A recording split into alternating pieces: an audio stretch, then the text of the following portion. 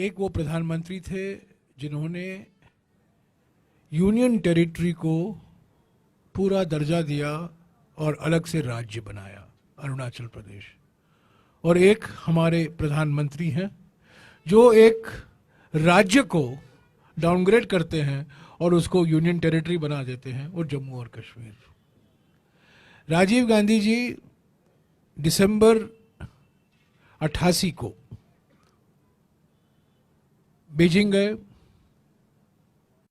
चीन के नेतृत्व के साथ उनकी बातचीत हुई।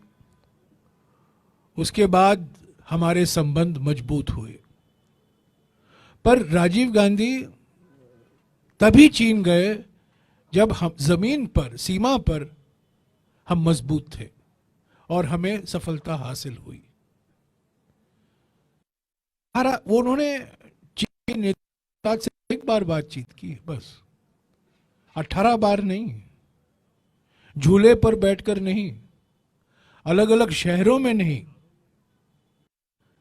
पर जो समझौता हुआ चीन के नेता डंग शाओपिंग और राजीव गांधी जी के बीच में दिसंबर 1988 में, उसके बाद 1993 में सीमा समझौता हुआ जब नरसिम्हा राव जी प्रधानमंत्री थे।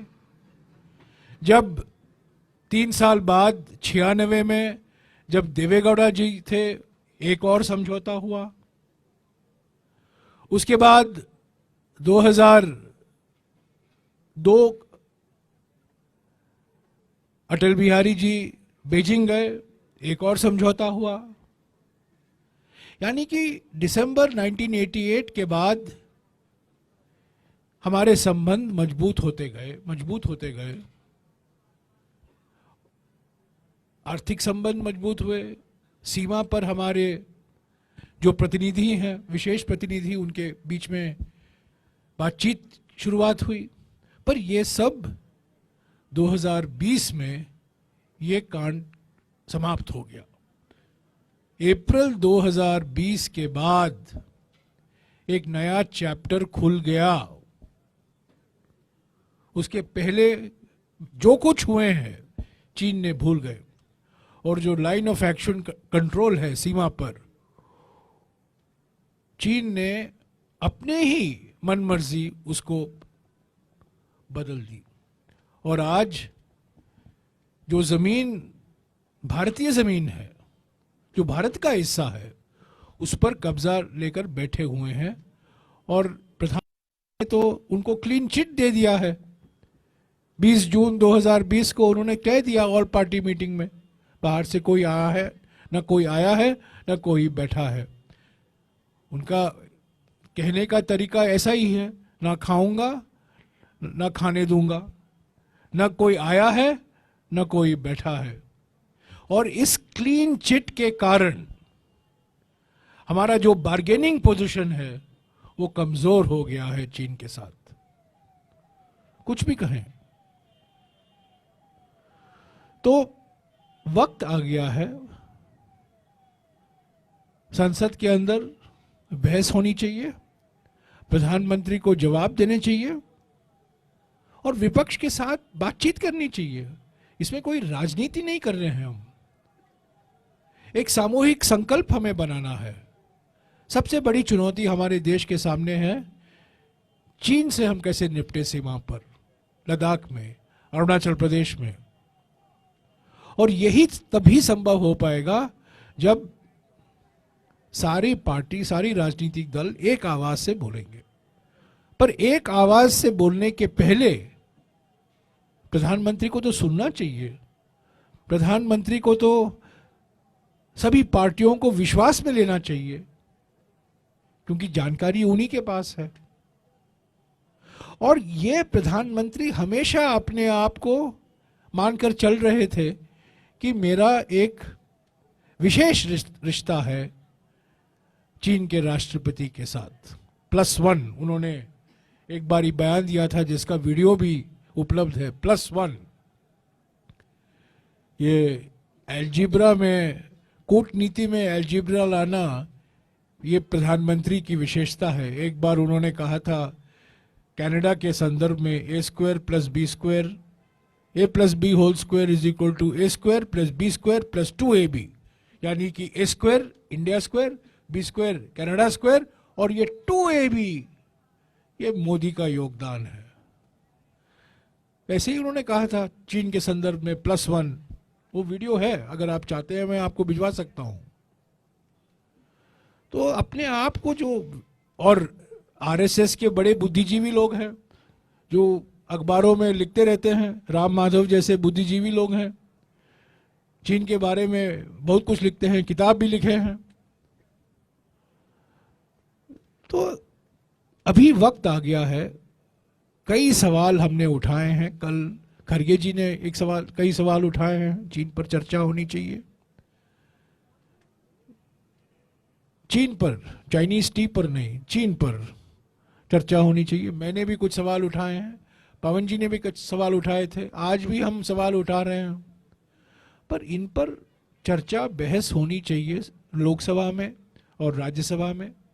जवाब रक्षा मंत्री को नहीं, विदेश मंत्री को नहीं, जवाब प्रधानमंत्री को देना है। और चीन के बारे में हर एक प्रधानमंत्री ने पार्लियामेंट में बयान दिया है, बहस में भाग लिया है।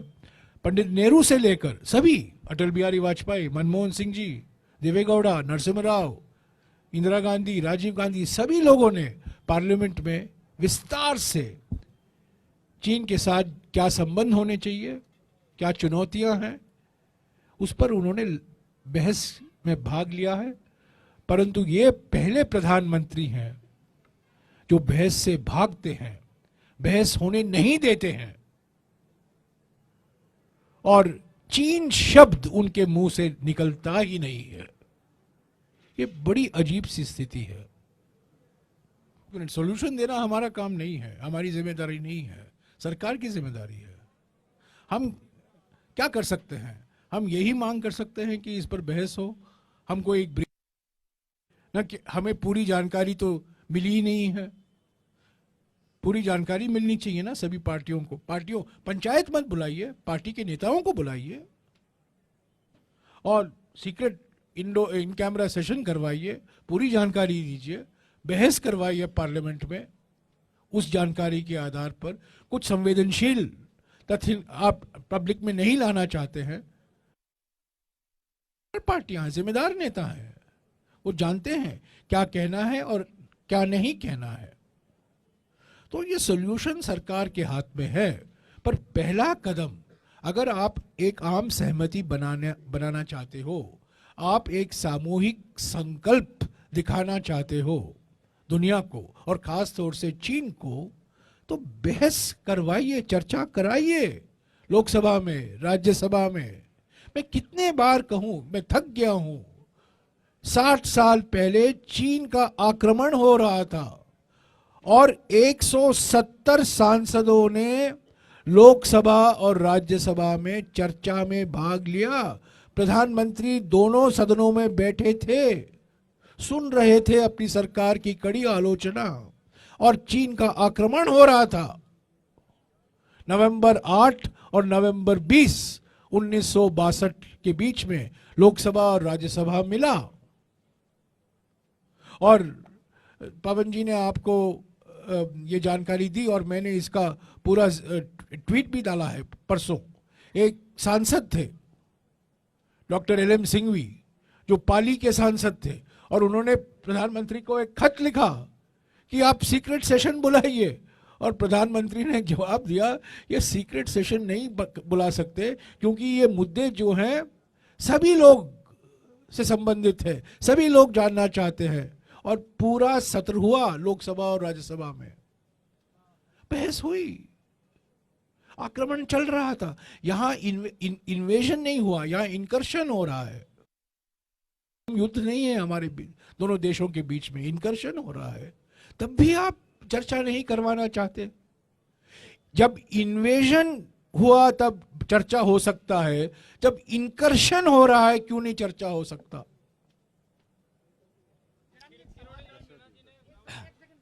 एक सेकंड,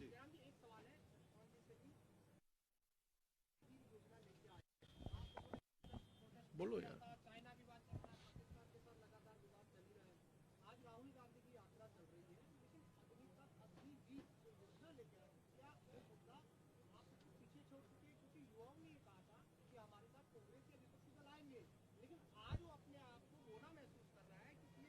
नहीं, ये आप गलत कह रहे हैं, क्योंकि हिमाचल चुनाव में जयराम जी भी थे, मैं भी था, और इस चुनाव में लगातार ये मुद्दा युवाओं ने भी हमारे साथ जब संवाद किया तो हमने भी उठाया, उन्होंने भी उठाया। ये मुद्दा खत्म हो ही नहीं सकता, क्योंकि इस देश के नौजवानों के साथ और इस देश की सीमाओं की सुरक्षा के साथ खिलवाड़ कम से कम कांग्रेस पार्टी तो बर्दाश्त नहीं करेगी। हमने दबाव संसद में भी डाला, हर बार हमारी जो संवाद होते हैं लोगों के साथ, उसमें भी राहुल गांधी जी, खड़गे साहब लगातार इस बात पर चर्चा कर रहे हैं। सरकार किसानों के मामले में कैसे पीछे हटी थी, ये ऐसा मुद्दा है, जवानों के मामले में भी सरकार को पीछे हटना होगा।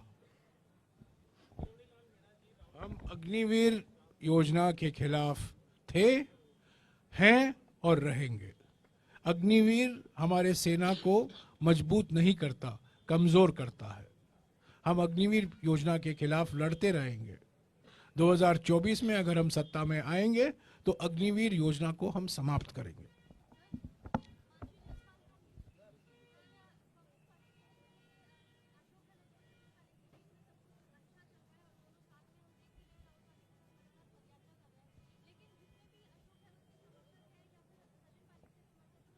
मैडम सुनिए, आज बड़ा गंभीर मसला है। हम चीन के बाद बात कर रहे हैं। जो आप कह रहे हैं ना, बाद में हम बात करेंगे। एक ही विषय लीजिएगा प्लीज। और मैं कई बार इसके बारे में बोल चुका हूं, कह चुका हूं, इन सवाल का जवाब दे चुका हूं। अभी चीन के बारे में हम बात करेंगे, प्लीज इसको डाइवर्ट मत करिए। प्रधानमंत्री डाइवर्शन में एक्सपर्ट हैं, आप उनके रास्ते पर मत चलिएगा। डाइवर्ट मत करिएगा प्लीज।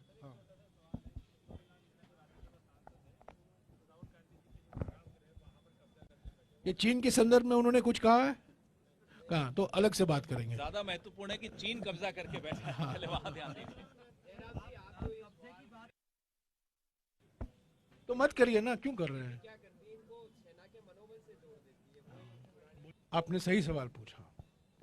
मैं एक चीज बता दूं जिसके बारे में कम लोगों को जानकारी है। जब हम चीन की बात उठाते हैं संसद में और संसद के बाहर, अगर कोई कांग्रेस नेता उठाता है तो तुरंत बीजेपी कहती है 1962 में क्या हुआ, 1962 में क्या हुआ। यही उनका कहना है, 1962 में क्या हुआ। 1962 में क्या हुआ हम लोग सब जानते हैं, वो इतिहास है। उस पर कई किताब लिखे गए हैं, उस पर रिपोर्ट आया है, उस पर कई लंबी चर्चा हुई है। 1962 के बाद हम समझते हैं कि 1962 के बाद 1965 में हमें पाकिस्तान से युद्ध हुआ और 1971 में बांग्लादेश के संदर्भ में एक और युद्ध हुआ। पर 1965 और 1971 के बीच में चीन के साथ भी एक छोटा सा युद्ध हुआ था, नाथुला में। ज्यादा लोग आज भूल गए हैं, यह भी हमारे इतिहास का एक अंग है। 1967 में नाथुला के पास भारत और चीन के बीच में मुकाबला हुआ और उसमें अगर मैं डायरेक्ट शब्द यूज करूं, उसमें चीन हारा और भारत जीता। उसके बारे में अभी एक नया किताब भी निकला है, 1967 the war that India one. सब लोग कहते हैं 1962 1967 में वही भारतीय सेना जिसको सशक्त बनाया गया था और जिसको पूरा फ्रीडम दिया गया था कार्रवाई करने के लिए सीमा पर, उन्होंने चीन की सेना को, पीएलए को एक सबक सिखाया नाथुला में, सिक्किम के पास, गंगटोक के पास। तो जो पवन कह रहे हैं कि अगर आप ऐसे कदम लेंगे जो सेना को मजबूत नहीं करती, कमजोर करती, और सबसे जो अभी रिसेंट मिसाल है ये अग्निवीर परियोजना, सब लोग देख रहे हैं। तो बार बार अगर हम सवाल उठाते हैं, हम पर आरोप लगाना, 1962 में क्या हुआ, राजीव गांधी फाउंडेशन में क्या हुआ। इन्होंने आपको कहा है राजीव गांधी फाउंडेशन, विवेकानंदा फाउंडेशन की बात तो करते नहीं है, इंडिया फाउंडेशन की बात तो करते नहीं है। और इन्होंने आज एक नया खुलासा दिया है कि जिस संस्था के साथ हमारे विदेश मंत्री के बेटे जुड़े हुए हैं, वही संस्था हमारे चाइनीज एम्बेसी से एक बार नहीं 2 बार या 3 बार उनको वित्तीय सहायता मिली है। और ये दिल्ली का एक मुख्य संस्था है, थिंक टैंक है। आपने कहा सॉल्यूशन क्या है, मैं आपको एक सॉल्यूशन देता हूं, छोटा सा सॉल्यूशन नहीं है, एक। क्या प्रधानमंत्री ने कभी सोचा है, विपक्ष के नेता भूल जाइए, विपक्ष को अनपढ़ है, जानती नहीं है, विपक्ष एंटी नेशनल है। हमारे देश में मैं समझता हूं, मैंने अभी तक गिना है 8 या 10 ऐसे आज भी आईएफएस ऑफिसर हैं जो चीन में एम्बेसडर रह चुके हैं। बड़े जाने माने पढ़े लिखे लोग हैं, बड़े काबिल लोग हैं। उनको बुलाकर एक बैठक कीजिए, उनसे बातचीत करिए, उनसे सुझाव लीजिए। परसों दिन एक ही ऐसे व्यक्ति श्याम सरन जी, जो विदेश सचिव भी रहे हैं और चीन के मामले में बड़े विशेषज्ञ माने जाते हैं, उन्होंने किताबें लिखी हैं, उन्होंने लंबा आर्टिकल लिखा है हिंदुस्तान टाइम्स में, कई सुझाव दिए हैं। ऐसे बहुत से लोग हैं, शिवशंकर मेनन हैं, हमारे खुद विदेश मंत्री एम्बेसडर रह चुके हैं चीन में, वो तो प्रधानमंत्री को तो मिलते ही रहते हैं, उनको छोड़िए। गौतम बम्बा वाले हैं जो पुणे में हैं, सीवी रंगनाथन है बेंगलोर में, चंद्रशेखर दासगुप्ता हैं गुड़गांव में, अशोक कांता हैं दिल्ली में। ऐसे में 8-10 व्यक्तियों को आपको दे सकता हूं नाम, जो हमारे चीन में हमारे एम्बेसडर रह चुके हैं, जानते हैं चीन के बारे में, उनके पास सुझाव हैं। प्रधानमंत्री उनसे मिलते क्यों नहीं है? हमें छोड़िए, हमसे छोड़िए, हमें तो बात ही नहीं करेंगे, बहस नहीं कर पाएंगे, होने नहीं देंगे राज्यसभा और लोकसभा में। इनसे तो मिलिए।